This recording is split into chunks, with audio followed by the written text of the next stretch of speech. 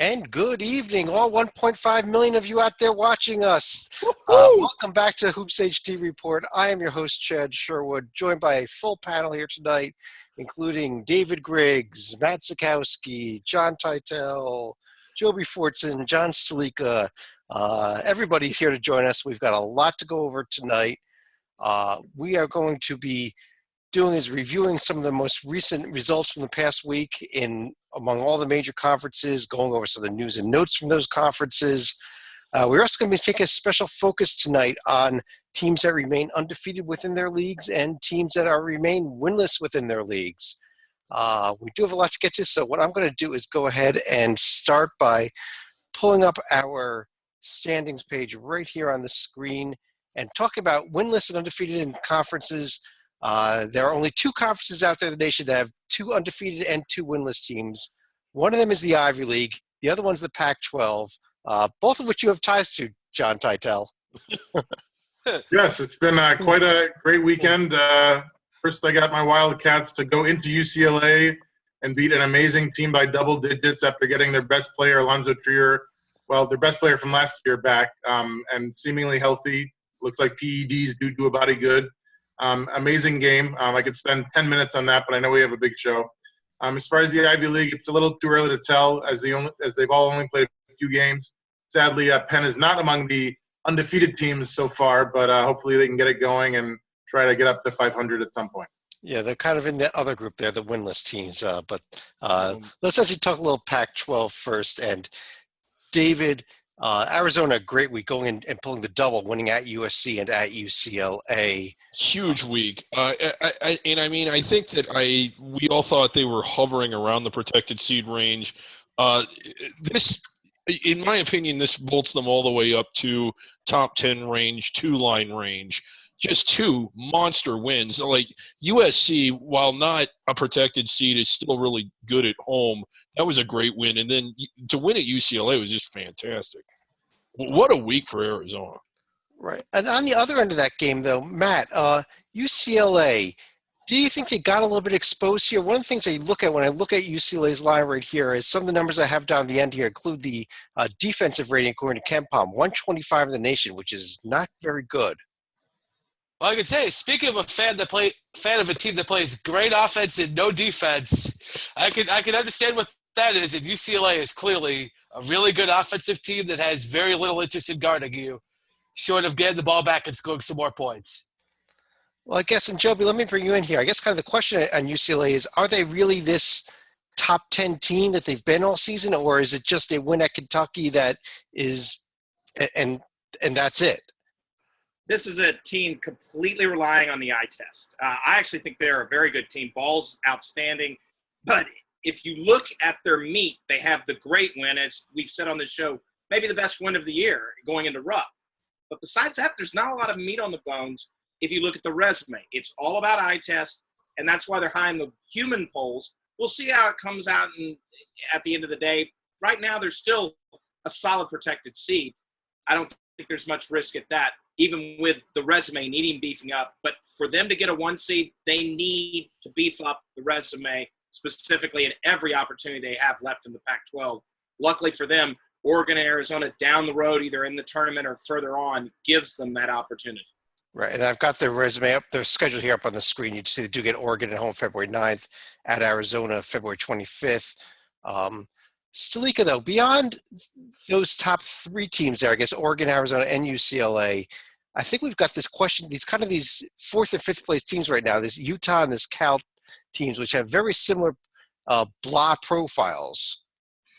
I think I've said it earlier during, David's bracket projection. Utah better hope that they are well above the bubble because their schedule makes South Carolina's look like a tough schedule compared to last year. Let's not forget, I think there were, 2 or 3 non-D1 opponents they actually started the season with. But the funny thing about Cal is at least they're getting a few road wins this year prior to February. I mean, what Utah had done is just basically trying to avoid wetting the bed here. Winning a pair of games against the Washington schools helps. Beating USC also helped. But no shame in losing to Arizona and UCLA so far. I will say this. I like this Utah team. I think they've improved quite a bit as the season has gone on. But to Stalika's point, if they miss the field, I want to publish in writing on Hoops HD in big 3-inch font. A win against a team like BYU could have really made the difference compared to the rest of their week out of conference schedule. David, how about their powerful wins over games like teams like Northwest Nazarene and Concordia? I mean, that's ridiculous for a Pac-12 team, isn't it? It is. And a win over BYU would have been better than those two. Are we in agreement here? I think we all are in agreement. John T., let me bring you back here. And I guess the question that we got to kind of ask at the top of the Pac-12 here is this an Arizona's league to lose now, or is it Oregon still sitting at 7-0 as well? Much as I want to be a homer, I think it's a great question. I'll go with the Ducks just because I don't want to be a homer.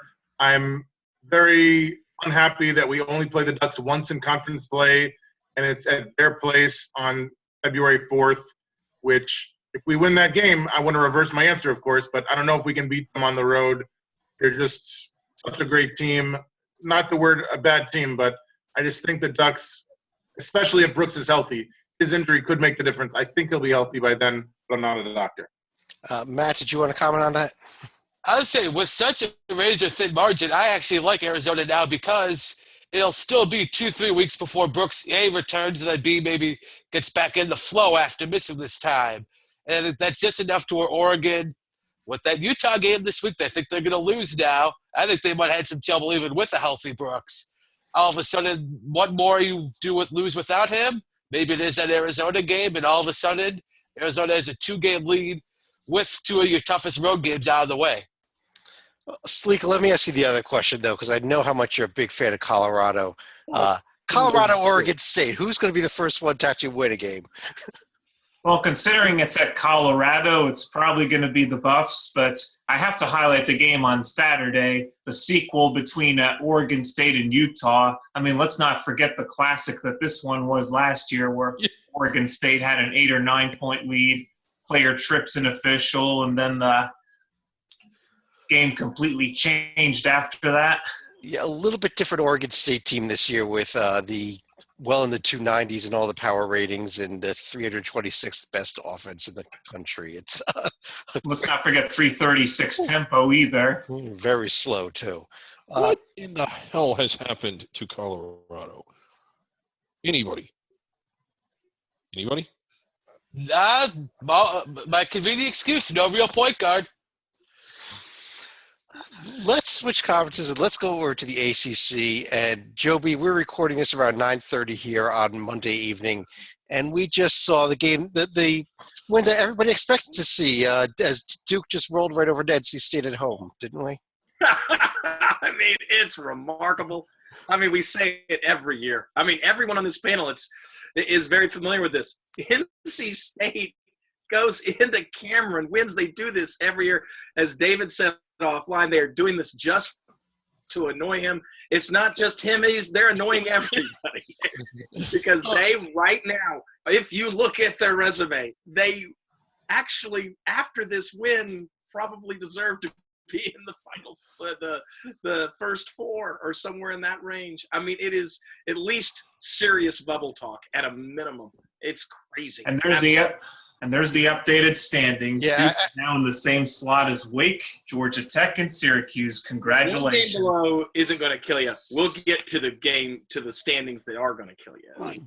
Yeah, I just updated the standings live there to show this NC State. They're 14-7 overall now. David, let me pull up this NC State profile first, and you at least pull up their record here. And you see a team that got crushed by North Carolina, lost to Boston College, lost to Georgia Tech, beat Pitt, things started to look better, lose at home to Wake, and then you win at Duke. What the hell? And, there are some things that really have you holding your nose on this, particularly the loss to Boston College. But, they were treading water enough to where a win against a team like Duke would mean that they may not drown, and now they're not drowning anymore. It's actually, when I did my past bracket the other day, I had them nowhere near the field, but I don't know where they would be. But you would have to consider looking at them now. My biggest criticism of them was that they hadn't done anything. Well, now they have done something. And a lot of teams on the bubble have not done anything, don't have a singular win that's anywhere close to that caliber. You have to look at them, and I don't know if they dig in or not, but they certainly have my attention. Well, let's take a look at some of these other teams here up top. And Matt, let me bring you in here. You got 3 teams now at 6-1: Florida State, North Carolina, and Notre Dame. Is there a reason to start debating Florida State or North Carolina? Who's the best team in the conference?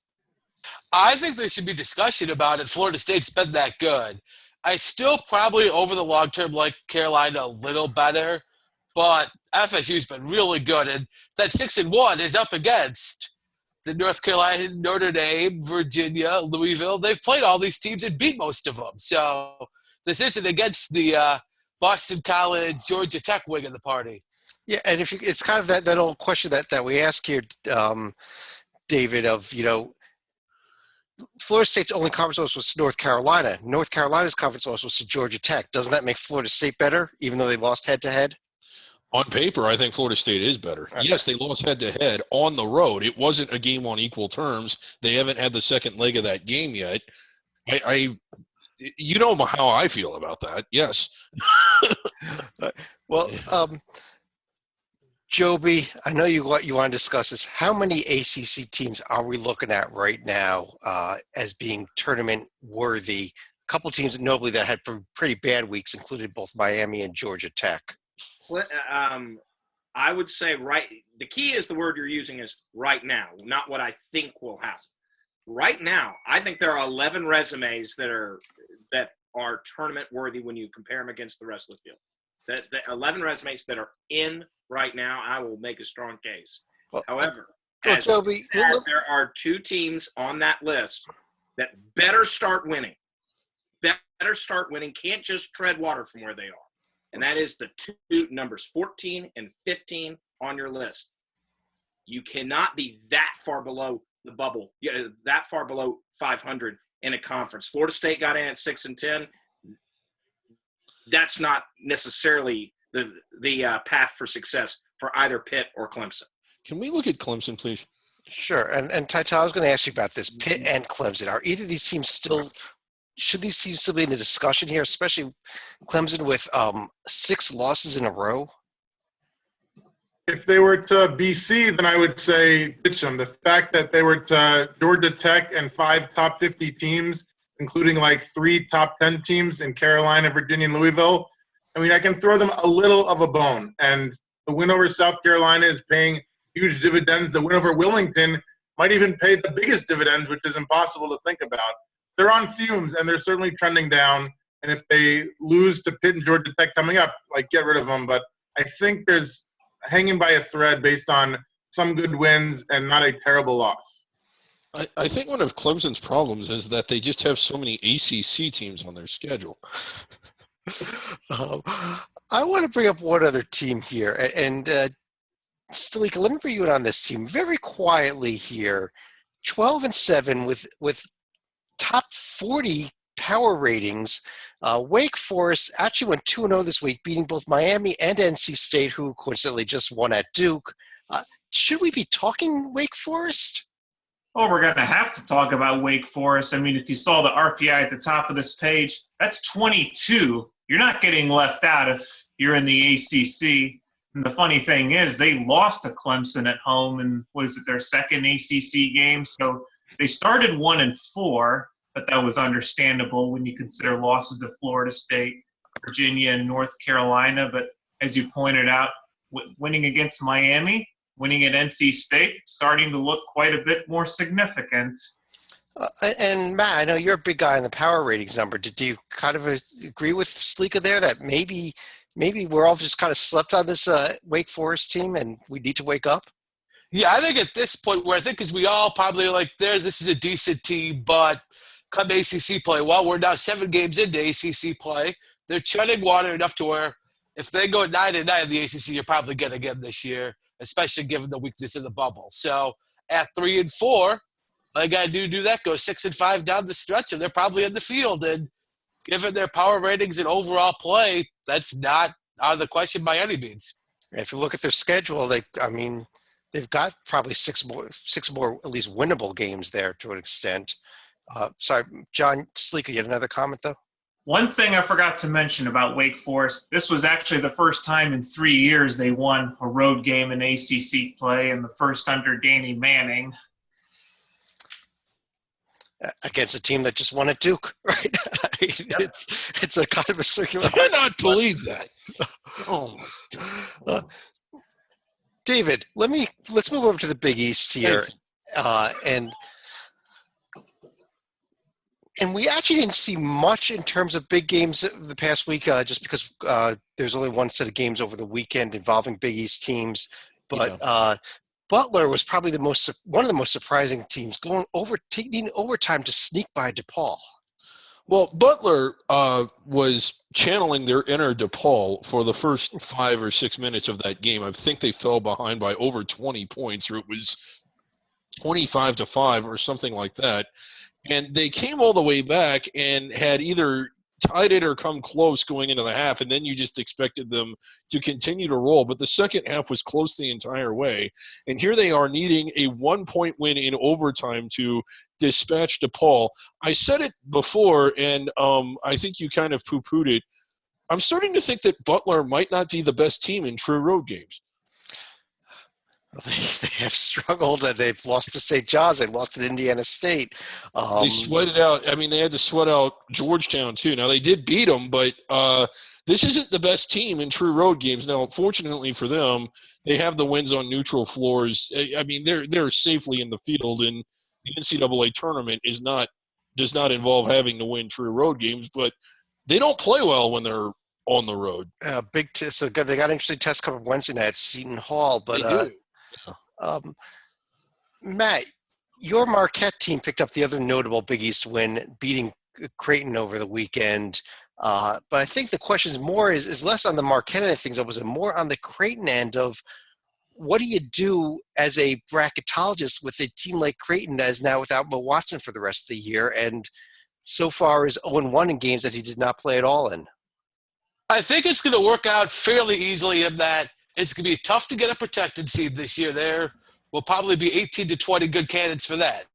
However, once you go after that, I think they'll fall nicely into that 5 to 7 seed range, which it's a shame in that they were probably going to be a 3 seed had Watson stayed healthy, but unfortunately it didn't happen, and now I'm guessing in the 5 to 7 range because they look solid enough that, I don't think the wheels are going to totally fall off.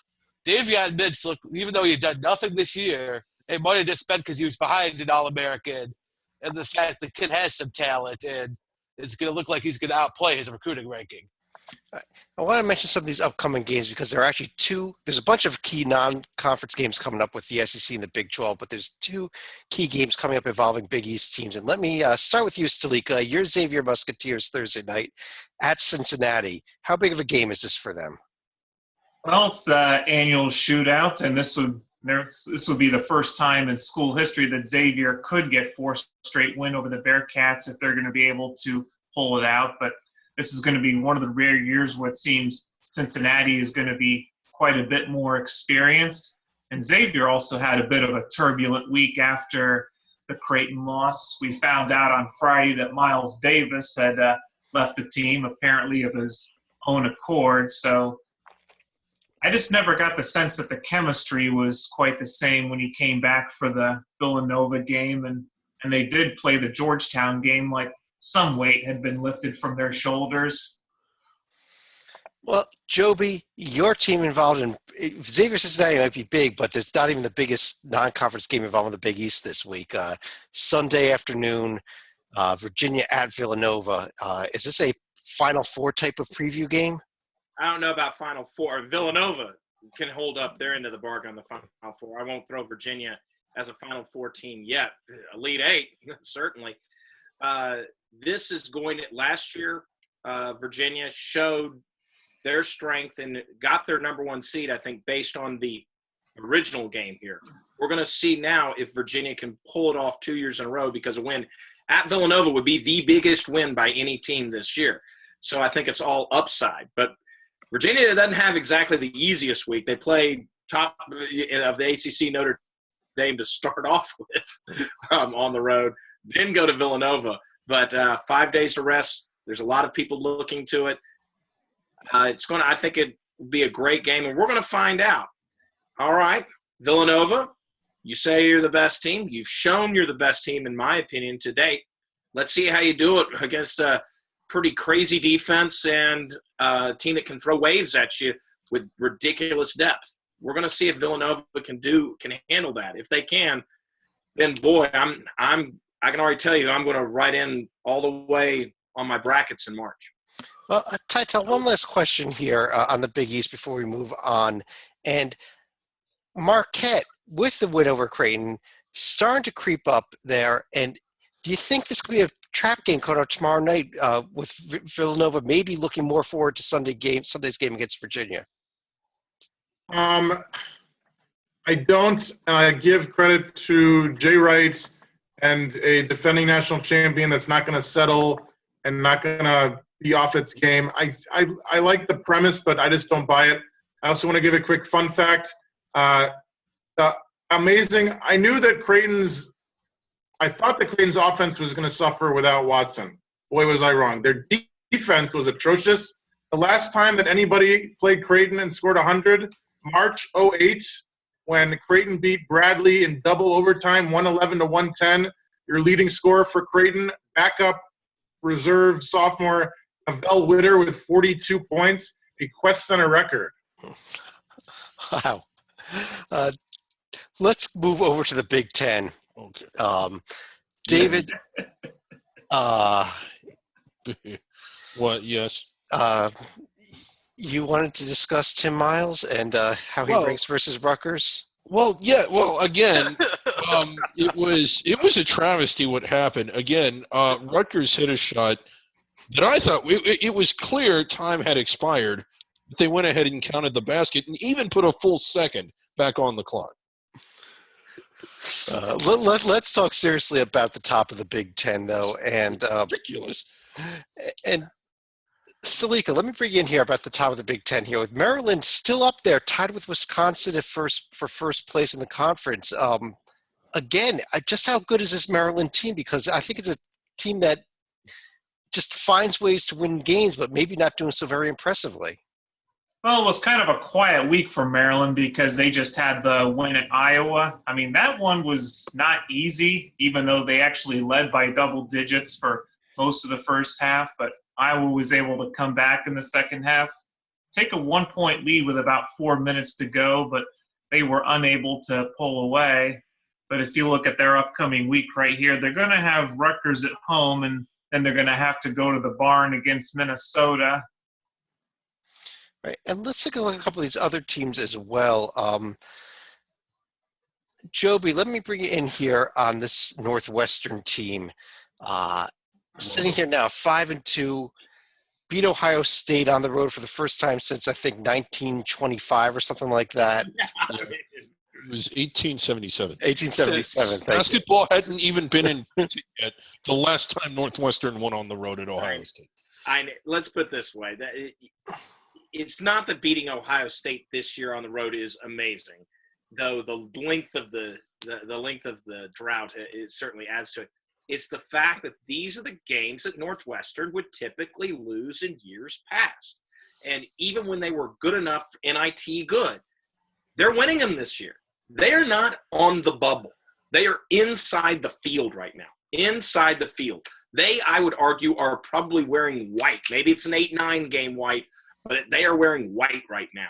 They will have, given the bubble as reference is not quite as strong as it was last year, they will have to kind of fall apart to fall out, I truly believe, go on some tear of losses. Now, here's the one thing here in this conference known as the Big Ten. There are tons of teams who are capable of winning anywhere, anytime, whether it's the Tim Miles Nebraska team that Griggs talks about, Iowa, that aren't going to be in this field, and there's no elite team. They could go on that run of losses, but to date, they've shown no signs of falling into that trap. just go 500 the rest of the way, Northwestern, and you're getting a bid. Period. And I Half hate of our panel wasn't even alive the last time they won in Columbus. most of our panel. But look at their losses. Just to kind of piggyback on what Joby's saying, and I know this falls under the eye test, but they've lost to good teams by not a whole lot of points. Like they win in the Butler and really almost beat them. And I don't want to credit a team for things that they almost did, but I'm just doing it to illustrate the point. This is a tournament caliber Northwestern team. It isn't that they've gotten lucky and gotten some good paper. They're good, period. Well, let's go into a couple other teams as well. And Tytel, I know I want to go with you with this. There was on Wednesday quite a few buzzer beaters, two of which came in the Big Ten here. It was quite a scene. I hope that people got a chance to watch it, or at least the highlights. They all happened like back to back to back to back. So Indiana goes to Penn State. James Blackman, it's a 3 at the buzzer in the win. Ohio State finds Mark Loving open underneath the hoop for a layup with 1 second left to beat Tim Miles in Nebraska. Oklahoma goes into West Virginia, where I thought nobody could win this year. Boy, was I wrong. Jordan Woodard with a driving bank shot in overtime in the final seconds to beat the Mountaineers. And, of course, Chad, the huge, huge one, Antoine Anderson of Fordham, the jumper at the overtime buzzer to beat VCU for the first time ever. Well, Tytel, let me stick with you for a second. One of those wins was the Indiana win. And despite the fact that OG, I'm going to butcher the last name, Anunoby is out for the season, Indiana, after that Penn State win, goes heads and beats Michigan State as well. It started to finally pick up some wins on the resume, and besides just those 2 or 3 really great ones they had early in the season. Agreed. I just think that the loss of Anunoby is a huge loss. I mean, physically and as a team leader, on the boards, in the air, he's so athletic. They have such a brutal schedule coming up. I mean, 3 of the next 5 at Northwestern, at Wisconsin, home to Purdue. I mean, you think they're winning all 3 of those games? No way. Well, they don't need to win all 3 of them, but if they win 2 of those, don't they? You've also got Michigan and Penn State in there as well. They're beating Michigan and Penn State. I don't think they're winning 2 of the other 3, though. Well, Matt, Michigan. Is this Michigan team a tournament team, especially with the weakness on the bubble right now? No. Yes, and No. I think probably out, not even in the first 4. As much as it might have been 2 games, you have SMU that's probably a 7-ish seed right now, and now Marquette pretty solidly in the field probably after the Creighton game. And that one weekend, I mean, it's still about all they've done, but that's still something. In both of those being on neutral court, I mean, this might be a year where something like that you can hang your head on all year, and even if you're say 18-11 or something going into Selection Sunday. 10 seed Michigan. No. Chad, scroll up. I think put that Michigan scroll up. Up. Keep going. 0-5. 0-5 in true road games. No way. Well, David, we got to take somebody. And David, let me just stick with you a second here. We've got the upcoming games for this week, including Indiana at Michigan, Michigan then at Michigan State, Wisconsin and Rutgers. That game's going to be played in Madison Square Garden, actually. But anything that really stands out for you in the upcoming week? Maryland at Minnesota, simply because I kind of feel like these 2 teams are – have kind of overachieved a little bit. I wonder if they're actually as good as their current paper indicates. You already mentioned Maryland, so that's kind of a test for both of them. Illinois at Penn State, we keep them hovering around the bubble. Can they actually go on the road and beat Penn State? That's kind of the ones I'm looking at. Michigan State, Michigan should be fun. And Indiana at Northwestern should be a lot of fun. So a good week for the Big Ten. All right. Well, let's move over to the Big 12 here, which has a big week coming up on Saturday. But before we get there, first of all, note another one of our undefeated teams in conference here is the Kansas Jayhawks. But let me start, David, with you again, actually. TCU. You came onto the bandwagon. They promptly lost 3 straight games. Because I came onto the bandwagon. Are we ready to just give up on the Horned Frogs now, especially if they lose at Oklahoma State tonight? Potentially. The one thing about them is that in their games against Baylor and Texas Tech, they did. I thought that even though they weren't winning, they looked like they were good enough to get the wins they needed in the future. So I kind of started to believe in them a little bit. But not that it's easy to win at Stillwater, but I would expect them to do it because of as good as I thought that they were. Another thing that kind of got going against them is they shrunk their margin for error by not really playing anybody of note out of conference other than perhaps Illinois State. The 2 wins at Washington seemed impressive at the time, but Washington is what's the word? Bad. That's it. Washington is bad. Sorry, Matt, you had a comment on them? Well, I was going to transition to where I think we might have been a little too hasty in burying Oklahoma State. Is that I think they went through a lot of close losses that I think they have the capability to turn it around. And they're a team that I think if they got to either 8-10 or 9-9 in the Big 12, again, we got to put 68 teams in this field. I think they might just be one of those. But they got one of those Clemson-esque 6-game losing streaks, which is tough to do here. It really is tough. But, yeah, they definitely have the opportunities. I agree with you there. Joby. Clemson would whip Shaka this year. I mean, there's no doubt. You lose to Shaka this year, it's not a good thing. Joby, the team that had the real rough week of the Big 12 was West Virginia, losing first that Oklahoma game and then losing to Kansas State. Yeah. Can you explain this week for West Virginia? Our teams, is there a scouting report on Press Virginia that is out there that, people, pundits like us aren't recognizing, but coaches definitely do? Maybe there is because it, as John T. referenced earlier, they went in, Oklahoma went into West Virginia to win. And then, you have Bruce Weber winning. That's enough of an upset. Yeah. West Virginia is still, they have the win at Virginia. They've built their resume up pretty strong. They have they're beating teams that are protected seeds. West Virginia is still the real deal on paper, but the problem they have is they rely on other teams to make mistakes. That's going to be fine for the regular season, but I worry about a long run in the tournament because at some point you're going to run across teams who make shots and don't turn the ball over no matter how good you are at forcing the turnover.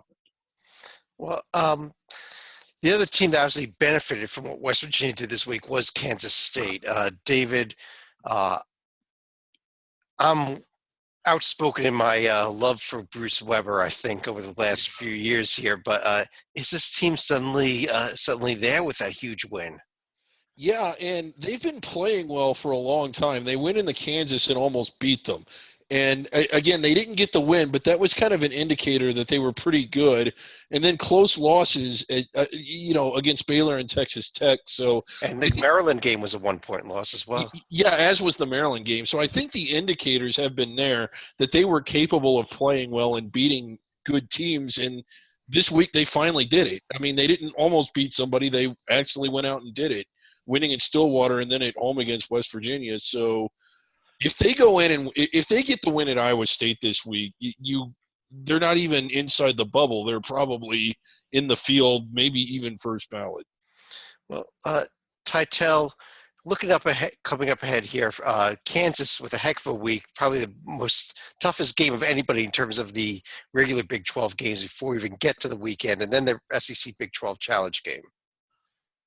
It's the most amazing 3-game stretch I can remember, ever. I know that's a strong statement, but at West Virginia, at Kentucky, home Baylor, that's 3 of the best teams in the country back to back to back. Right.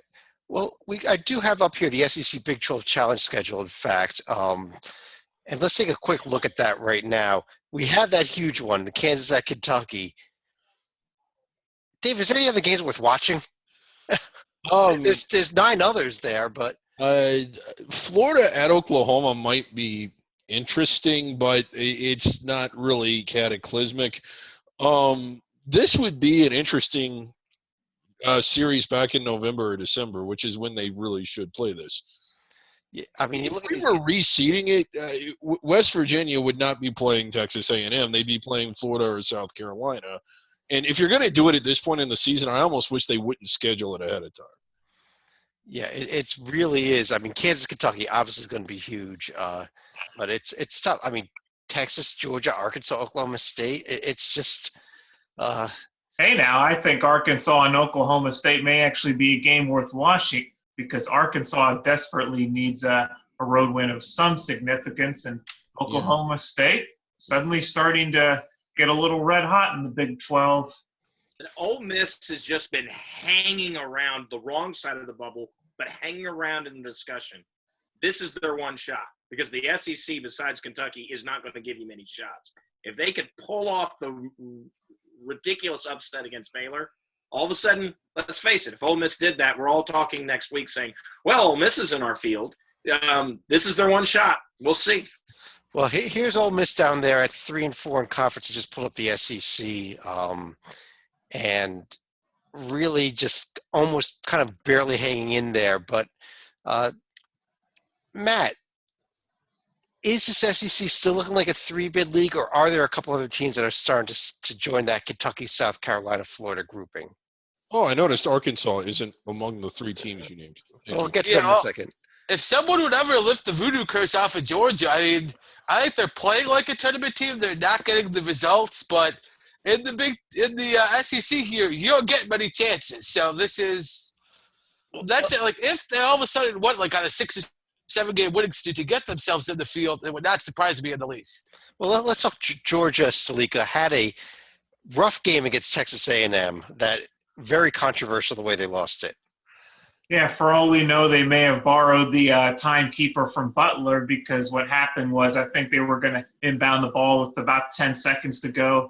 The game clock froze with 5.6 seconds remaining. Neither Georgia nor Texas A&M caught it. Georgia drove, looked like they were going to get fouled, but it would have been after the buzzer, so they ended up counting down the clock after the review, and Texas A&M pulled off the win. And Titel, Florida, the team that had a very rough week this week, losing to South Carolina and then losing at home to Vanderbilt. Was this Florida team overrated all year long, or was this just a fluke? No, I think neither. I mean, when you're 3 losses in non-conference play are the Zags, Duke, and Florida State, all away from home because of the whole stadium construction thing, like, I don't think that's anything bad to worry about. Obviously, losing to Vandy this year is a bad loss, but it was by 2 points. Losing at South Carolina, not great, by 4 points to a tourney team. If they get blown out by Kentucky, I think that says more about Kentucky. I think it's going to be how they do the rest of the way against the middle of the pack. If they keep losing close games to South Carolina, Georgia A&M, overrated. But I don't think there's panic button just yet for Mike White and the Gators. All right. I wanted to bring up another team here, and I actually wanted to throw up a profile for you here, David. What we've got here is a profile. I won't reveal the team name, although you probably guess it. We've got a team here with a sub-100 loss, 2 other losses, at least one other loss here, the Texas A&M loss, team not in the field, and no wins against anybody really in the field unless you want to count the win at Georgia Tech. David, I then want to compare that to this profile here, which has only 1 bad loss. The other 3 losses were all to top 20 teams. And wins over teams like Houston that at least have some bubble talk, beat that A&M team that the one we just looked at didn't beat. North Dakota State and Arlington are decent wins. Do you really think that first profile was better than the second one? And why? But I sure as hell think the team is. Well, the question is the profile. Yes, because the team is better. The team is better. Okay. Yeah. Obviously, the first team that we looked at is Georgia, who David thinks as of right now belongs in the field. The second team is they won at Georgia. Yeah, look at who they've won on the road against. The second team is Arkansas, who David does not think is in the field and would rather have teams like, this one and this one out of the Pac-12 that being nobody.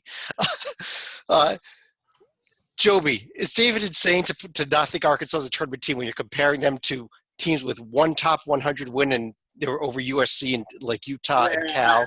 I can't. I'm not sold that Arkansas. Arkansas is in my field right now, but they're one of only two teams only one of two teams who don't have a win against another tournament team. Arkansas is hanging by a thread. They need to do something. I don't know if their schedule allows them to do something. I mean, that game at South Carolina looms larger than the two games in March. I just, Arkansas, David is not crazy. I would side that I'd put Arkansas in over Georgia, but he is not crazy on his assessment.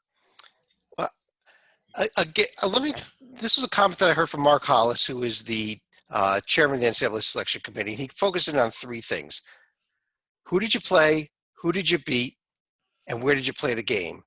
And at least when you look at this Arkansas profile here, let me bring you in on this. They've played top 100 teams, which teams like Cal and Utah have not done, David. They've beaten top 100 teams, and they've won games on the road. You're correct, and you're correct. That being said, I have to at least give David some credit in that it's not a hugely amazing, great resume. Like, I think this is one of the things that, as we've talked about many, many times over the past many, many weeks, it's a very soft bubble, and being the fourth best team in a bad power conference could be enough to get you a bid over a good team from a small conference, which is why there's going to be so very few multi-bid leagues this year. But I think compared to other bubble teams, it's probably a good thing that only one of their games smells like goblin piss, and that's the loss against Mississippi State. Goblin piss? One other comment here on the SEC. The Kentucky remains undefeated in conference play. Missouri winless. David, what happens first? Kentucky loses a conference game or Missouri wins one? Kentucky loses because Missouri's not going to win one. Okay. I mean, it could be that neither happens at any point, but I don't know. Missouri will not win a conference game. Matt, let's move over to a conference that also has a undefeated and a winless team in the American. Cincinnati undefeated, South Florida winless. Is this a two-bid league, or should we talk about that 5-1 Tulsa team? Oh God, no. God, please no. And plus, the fact that Tulsa is 5-1 in your league got to tell you all you need to know about its quality. But let me ask a serious question here. Tytel, let me ask this to you here. Memphis picked up a win over UCF. Quietly, almost 15-5 here. Is this a team that you're starting to look at yet?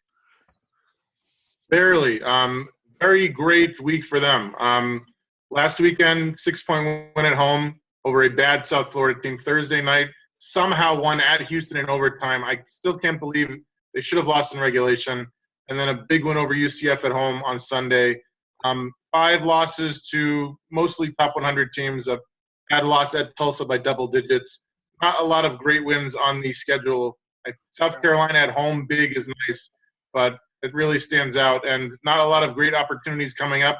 I don't think they play a top 50 team again until the final couple weeks of the season when they have 3 in 4 games at Cincinnati, host Houston, and then after one horrible game against Tulane at SMU. I don't think they're winning 2 of those final 3, so I think they're going to come up short. But if the Lawson twins don't go pro, I think next year this could be a turning team. Also noteworthy in that they're only going to get one shot at Cincinnati in the regular season. Right. Joby, let me turn over to the Atlantic 10 for you.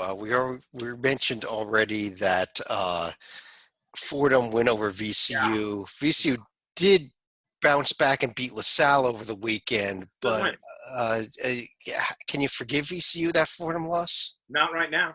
No, it's a god awful over 200 RPI loss. It's awful, and you don't have a lot of meat on your bones. You have none to be able to make up for it. I like Arkansas more than this team. As a matter of fact, the team that I argue is the most sad about the Fordham loss to VCU might be Georgia Tech because they lost their road win over it. It's maybe no longer a great road win, says Georgia Tech. Yeah. The Middle Tennessee State win is a good win. But overall, this is nothing really special. And a game like Fordham, a loss to a team like Fordham, hurts you compared to the Arkansas of the world, the teams we were just talking about. Yeah. David, is there another team after Dayton then that you were looking at? How about Rhode Island or somebody? Yes. Looking at for what? I don't know. A tournament bid? Okay. I think that's all we need to know there. One key game coming up this weekend, Dayton is at VCU. If Dayton is going to stay inside the bubble, and I think we all kind of think that they would be right now and be able to get in should they get upset in the A-10 tournament, I think they definitely need that win. I think they can stay inside the bubble without it. I don't think they can get near the first ballot without it. Well, but David, where else are they going to get any win of note on the rest of their schedule here? Let me bring it up. Other than that game at VCU, a game at Rhode Island. None. I mean, but I don't think it knocks them outside the bubble, this particular loss. I certainly don't think it moves them. I mean, they won't move up, but I think they'll hold serve if they lose this and then win out, which they should. Yeah, but their best non-conference win was what, at Alabama or home against East Tennessee State? Yeah, I mean, it's a weak profile. Don't forget the Winthrop. best you can say about it is that they avoided bad losses. How bad is it to lose at VCU? But the weird thing this year was Richmond was actually the last unbeaten team in the A-10, but then Dayton took care of them, and then they won their Arch Baron Cup rivalry against St. Louis. I mean, if they lose this one and then finish 16-2, I think they're okay. Titel, one last conference here involving the one more undefeated team, Gonzaga. Number one today in the Ken Pom ratings, among other things. And the question is are the Zags a one seed? I think they are, and I even want to go farther and say not only are they a one seed in January, I think they're going to be a one seed in March because there's just nobody who can beat them. St. Mary's might, as they are 17-2, solid coach, veteran team, bunch of Australians, like they have a good team, but I just think this might be the regular season year for Gonzaga. I still don't think they're making the Final Four just because of history, because they never make it. But obviously, if there's any year to make it, this is the year. Matt, you want to comment on the Zags? I would say a little bit of the Zags in general. If Gonzaga loses at St. Mary's but then wins out, are they a one seed? I kind of want to say yes, and I think they're going to lose at St. Mary's. I think St. Mary's work, kind of sleeping out a little bit here. That they've only lost 2 games all year. So, Joby, what do you think on Matt's question there? I think Matt's question is excellent because it's a very realistic component. I'd say no. I don't think they're a one seed right now. I think if they run the table undefeated, somebody who is a one seed in our view right now will slip up, whether it's the Baylor, Kansas, one of the two falls apart in the Big 12, or Florida State isn't what we think they are. Right now, I'd have all 3 of those teams ahead of the Zags, but an undefeated Zags makes you think different if it's March, if it's mid-March. Even if it's done by only beating St. Mary's the rest of the way, going undefeated means something, especially when their out-of-conference schedule is not bereft of wins. But if in Matt's scenario, no, that gives me my out to put him on the 2 line or the 3 line. And I look at when you look at the Zags right here, you can see these are Ken Pom numbers again. Top 6 of the nation, both offense and defense, and that's why Ken has them as the number 1 team in the nation right now. But I mean, all the ratings are up there in the top 10. David, you agree that they're going to win out? Yes, I think they're a 1 seed now. Yes, I think they'll win out. Yes, I think they'll get it. And yes, I think they'll deserve it. Okay. They're really good. And again, we earlier in the show, we were praising Arizona. This Gonzaga team beat them rather safely. It wasn't a double-digit win, but they led for double digits by most of the game.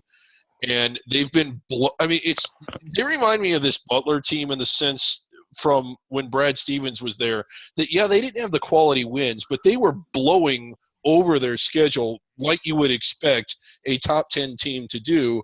I mean, look at this. Their last non-double-digit win was against Arizona. And Titel, They beat Arizona back on December 3rd, but it was not with Alonzo Trier. It was an Arizona team that I don't think it's the same team that we saw this weekend against UCLA.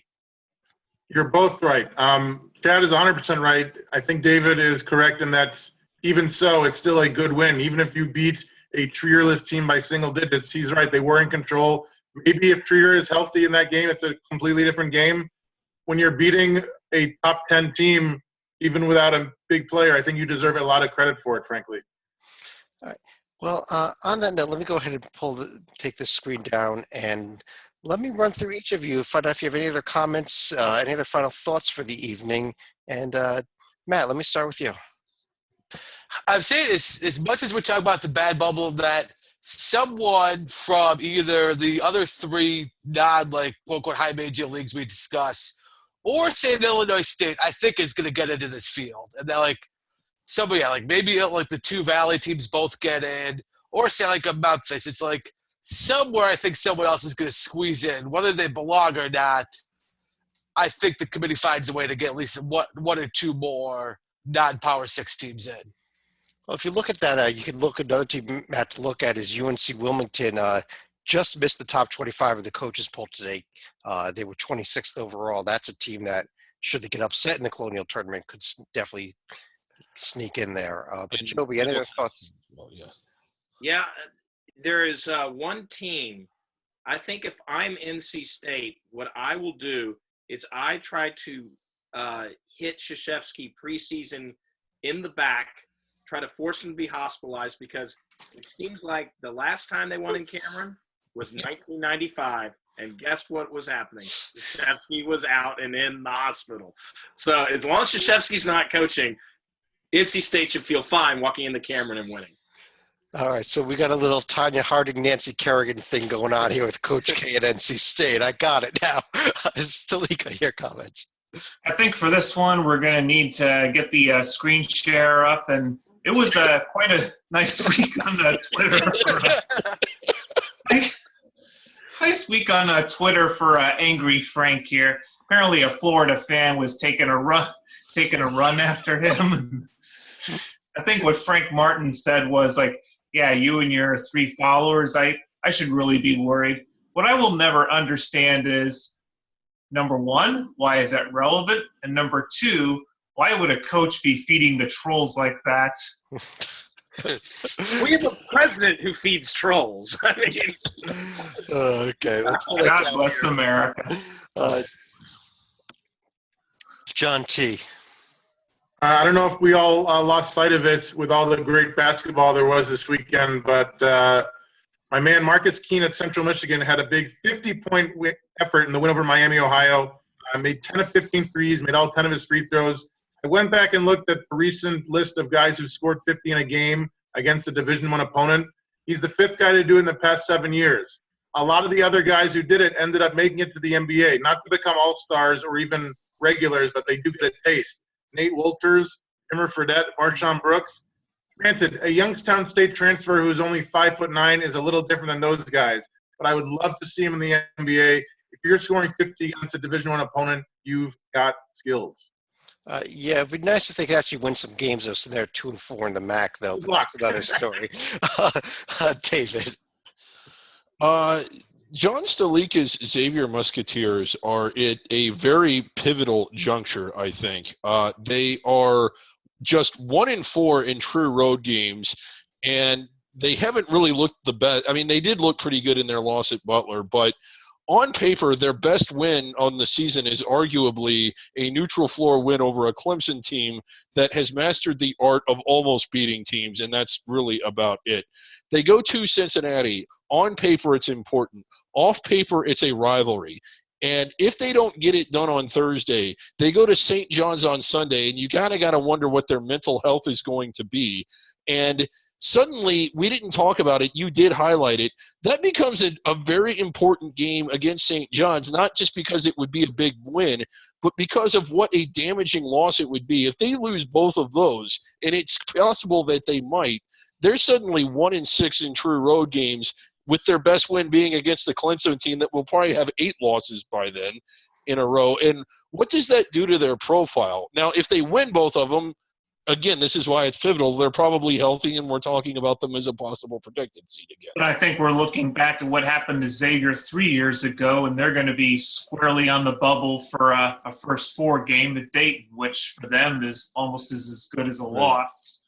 So big week for the Musketeers, as big as it is for anybody. I know Kansas has the 3 big games, but I don't think they're really going to fall below the 2-line range, even if they lose all 3 of them. Well, I'm going to end by pulling back up a quick screen share here as well. And I just wanted to bring this up here again. This here is the profile of yet another team that David thinks is better than Arkansas.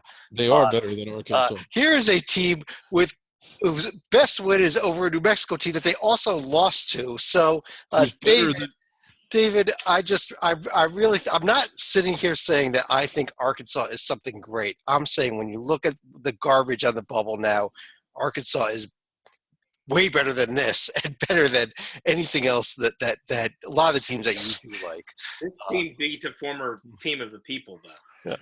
That, by the way, was New Mexico State's profile. That was New Mexico State, who I know the committee will not touch, but who I happen to think is pretty good. I would love for them to beat Arkansas because, I mean, if they played Arkansas, they'd beat them. So it's unfortunately they didn't play. David, if New Mexico State played Arkansas's schedule, they'd have a lot worse record than Arkansas right now. That's all I've got to say. No, they would have about the same. And no, they would be better. But on that note, there are a lot of other teams that are still undefeated both in their conferences and winless. We're going to hit a bunch of them coming up on Wednesday night in our Under the Radar podcast. But we did go through the ones, at least in the major conferences tonight. One of those undefeated in the Under the Radars is Texas Southern, who is losing as we speak right now. Secondary alert. On behalf of, we got over there Matt Zukowski, David Griggs, John Teitel, Joby Fortson, John Stalika. I'm Chad Sherwood. I want to thank everyone for joining us, and we'll talk to you again real soon.